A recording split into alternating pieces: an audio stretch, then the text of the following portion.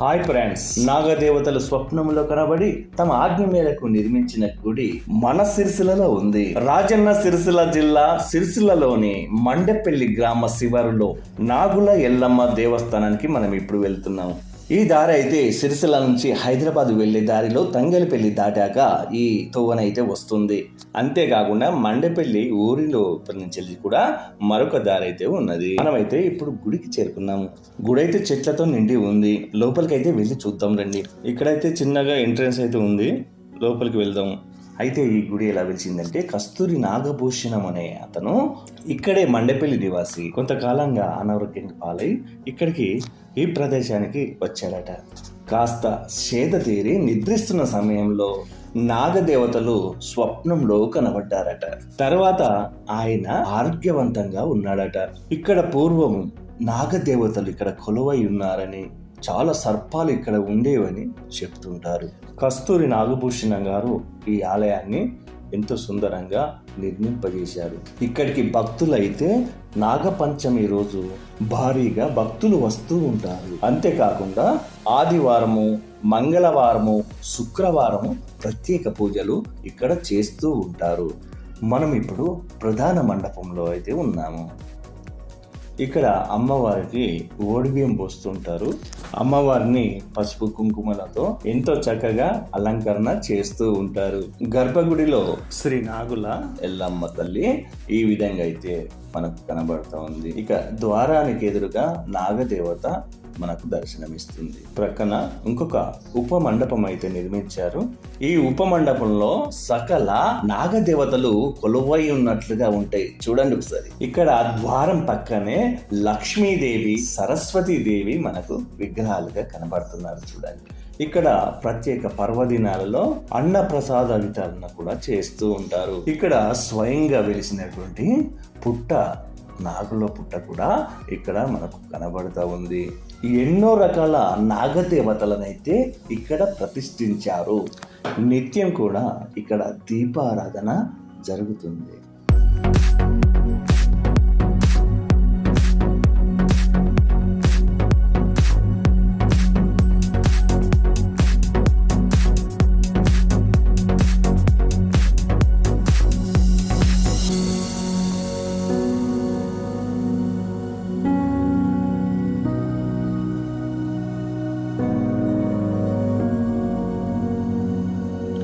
ఇక్కడ నాగ ప్రతిమతో పాటు వాటి పేరును కూడా ఇక్కడ రాశారు. చూడండి. నాగవీణ, నాగమోహిని,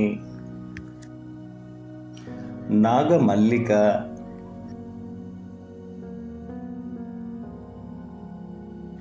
నాగసూర్య, నాగరాణి,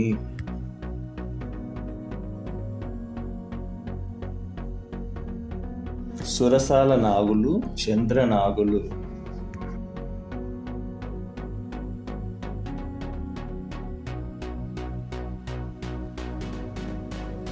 నాగకామిని,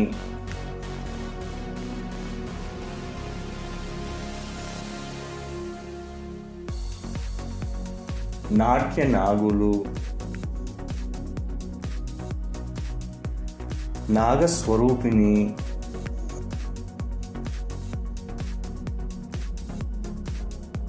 ఓంకార నాగు, త్రిలోక నాగు, త్రిశూల నాగు, శ్రీ ప్రేమ నాగు, జలకన్య నాగులు,